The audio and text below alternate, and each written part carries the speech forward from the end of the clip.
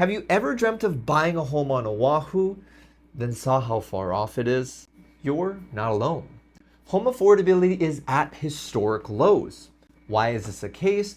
What measures have they tried, and what other solutions can be implemented? That's what we'll go over today. But it doesn't mean that home ownership is impossible. Stay until the end and I'll show you how it could happen for you. Because it happened for me, as well as a client right now that found me through videos like this. The elephant in the room for years is affordable housing. It's the worst ever in American history. Did you know that the median age for first-time home buyers climbed from 28 in 1991 to 40 in 2025? To show you how detrimental it is to society, think of what step buying a home is in your adult ideal life. What does it mean for building wealth, getting married, having children, or at some point retirement? For the economy, think of how many industries are affected by the home buying process. The entire construction sector, to home furnishing, to insurance, escrow, realtors, state and federal taxes, and more. Let's start first with the definition of affordable housing to get to the solution.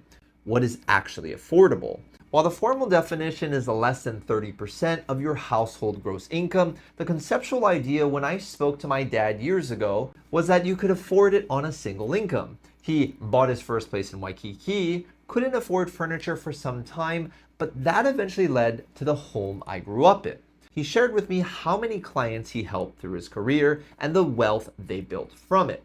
Surprisingly, a lot had to be brought kicking and screaming, which they'll likely never admit. The childhood home I grew up in was purchased for $310,000 in 1988. It's now 5 times that, around $1.5 million in 2025. Home affordability wasn't always like this. Let's wind the clock back to the post-World War II era, conceptually known as the baby boomers. You combine a lot of positive factors: the high income from the post-war economic boom, the majority of development happening on the island during this time, and the recent 30-year mortgage, and what do you get? The most affordable housing ever. If you've ever looked at any home on Oahu, what decade was it built? More than likely in the 70s or 80s. Now, the only new major development since has been on the west side, including Mililani, Ewa Beach, and Kapolei. So what exactly changed from then, and how did we get so far away? It's the lack of supply, but the why is the importance to get to the solution. The two reasons are deeply tied together: development and economic cycles. As a development gets larger, it takes longer and has more complications. If the economy changes anytime throughout, like COVID, like 2008, that entire plan can be blown apart. It's high risk, high reward for tens to hundreds of millions of dollars that goes both ways. The historical prices of homes on Oahu reflects those exact cycles. If you've been to Oahu before, you may have seen how many Japanese tourists there were. This is because in the 80s, the Japanese economy was doing the best it's ever been, and Hawaii was a magnet for that money, both from an investment and a vacation perspective. Now, the most notorious story was that of Genshiro Kawamoto. I've heard that he would be driven around in his limo, take one step into a property, tell his realtor, "I want this one," and they would get it over and over and over for over 30 properties. Kahala, for those that don't know, is literally one of the most expensive and luxurious neighborhoods on the island, and he treated homes like collectible cards. Many large development projects were also started and funded by Japanese investors during this time, as well as a huge portfolio of real estate, including the Ala Moana Mall. The condo known as Symphony in Kaka'ako was a sister project to One Archer Lane as a luxury sister, and got canceled because the Japanese economy collapsed in 1990. That literally marked the top of the Oahu housing market until the run-up to the subprime mortgage crisis in 2008. For development, it marked a lost decade. A number of projects were canceled, and the whole development cycle really didn't come back into full swing until the mid-2010s. This started the entire lack of supply problem that persists today. Even with the major new developments in Ewa Beach, Kapolei, and Kaka'ako, current homes aren't being built to even cover current demand, much less the prior gap. and is one of the most major reasons home affordability continues to plummet here on island. COVID really showed the impact of demand on the same supply, increasing single-family home prices 20% in 1 year. Now, the second is actually more important, but one that's never quite blamed as much. It's the barriers that make increasing supply difficult. It's best exemplified in this one example, Kuilei Place. Now, Kuilei Place is the largest condo development ever built, focused specifically on affordable housing. It's being built by the most established local developer on the island, whose portfolio includes the most luxury condo development as well, Park Lane. They purchased the property initially in 2019, finally are in process of building it, and potentially being finished in 2027, but likely 2028. Including the preparation time to find and negotiate the site to purchase, you're looking at 10 years to build an affordable project. Now, to summarize that problem, it's a lack of supply that's been snowballing for years, and any potential solution are at this pace decades away. Now, what has the state done to try to fix affordability? I want to be clear that they're trying, with Governor Green the first to use emergency proclamations towards housing-specific needs in 2023. Expeditions and tax breaks were done for affordable housing developments, with the first one being 801 South Street. Now, it was a smashing success, which was then followed up with 2 Samku developments, Pialani Residence and Central Ala Moana. Central Ala Moana had so much demand, only about 1 in 4 applicants got in. They're restricting any new development now to include a percentage of affordable units in the building, in the 20 to 30% range, which culminated in a kerfuffle about separate but equal entries when Azure Ala Moana was built. Hilariously enough, it still was built with that separate entry. In Ward Village, it led to the micro studio concept of 300 square feet or less, with a'ali'i prices as affordables in the mid 300s and market units closer to 5. Click here for more. They're providing significant exemptions as well on converted commercial buildings, with the first real attempt being the redevelopment of Pacific Davies Center in downtown. It was focused on affordable housing for young professionals, with the majority being 1-bedrooms. If you haven't heard about Core Ridge, it's the light version 2.0 of Mililani Town, with the same developer, Castle & Cook. They initially tried to build it in the 2000s, and it wasn't until nearly 2 decades later that the project moved forward due to state delays, environmental lawsuits, and economic conditions. And around the rail that stretches from Kapolei all the way to town, they have an entire blueprint for housing needs.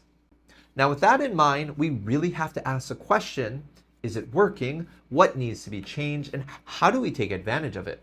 While interest rates are not a fault of the state, it shows the impact of speed of supply on figuring out the solution. Recent affordable projects like Kuilei Place has significantly lower demand for its affordable units. Buyers can't qualify or can't afford the monthly payments, even with very attractive prices. Here are some numbers that I gave to my clients interested back in 2023, with the difference of the current interest rate versus 4%. The commercial conversion Modea in downtown canceled their project due to lack of demand at that 500,000 range, which means that it's not only a speed issue, which is a huge cost, but also an actual cost issue. I grew up in Aiea. We had a drive-in movie theater next to Pro Ridge Mall. It's a huge space, approximately 6 acres, and has never been developed since. And the thing about it is there's actually quite a few properties in prime locations like this. It's located within walking distance of a rail stop, next to Pro Ridge Mall, and right around a lot of eateries. Yet, why has it not been built? Now, I had a lunch with the former developer for the project, and I asked him that exact question. He said in response, "Can you get me buyers for $1,500 a square foot?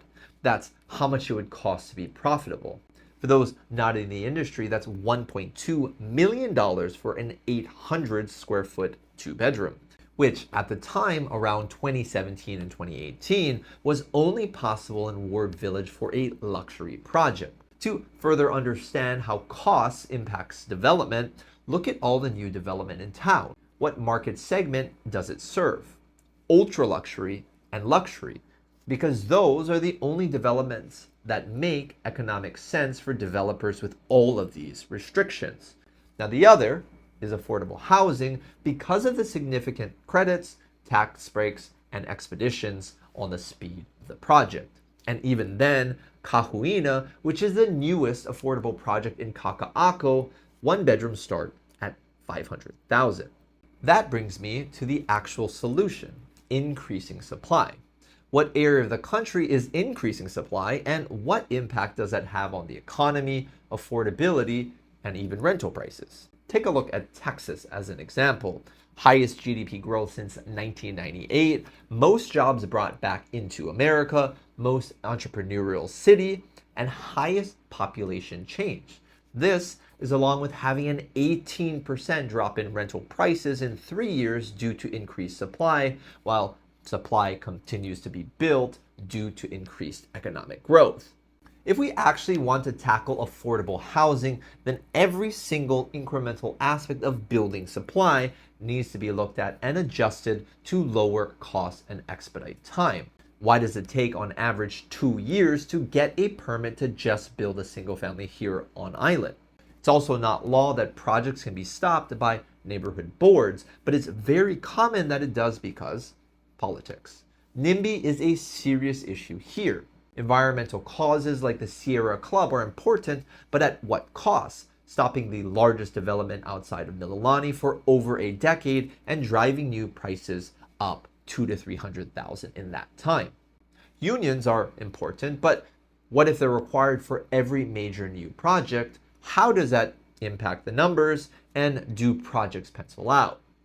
We're building affordable housing, but is it actually for the population that's most in need of it? Hawaii is no longer a state of economic prosperity, and it hasn't been for some time. It's a protectionist state, and only when COVID happened did the local economy remember how important tourism and economic prosperity is.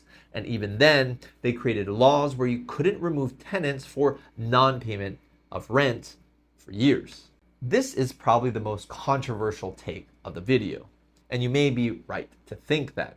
But the biggest question when trying to tackle big problems is identifying the biggest issue and seeing what the result of that fix is. In the last 5 years alone, these are the list of companies that moved to Texas: Tesla, Chevron, Oracle, SpaceX, Coinbase, Charles Schwab, and CBRE, to name a few. Because if we continue down this path, I think we know the result. Local kids go to the mainland for school and never come back. Local families sell their homes to move to other states. Now, home affordability is really a symptom of the real issue, which is lack of focus on economic prosperity. And the truth is, it's harder for me to think that these solutions will actually happen. And even if it does, it's going to be way after my lifetime. So how do you take advantage of this fact? It's to just start somewhere. Even after 3 years of high interest rates where prices did nothing, this is a historical median increase of homes here on the island the last 30 years, somewhere between 4 and 5% a year. Now, I purchased in 2018 when a deal came around, and I refinanced when interest rates dropped. Now, I never thought that it would end up being the lowest rates ever below 3%, but I took advantage of the situation when I was ready and prepared. My client that found me through YouTube videos like this is buying into this area, the most expensive development in Kaka'ako, Ward Village. She's purchasing at the same prices from 3 years ago because interest rates rose and buyers fell out during that process. The studio is $300,000 for a new development in the best neighborhood in town. If you've been on the fence, my contact is below, and let's have that conversation. Otherwise, check out this new development in Kuilei Place here, but hurry because it's currently being built and there's not many units left.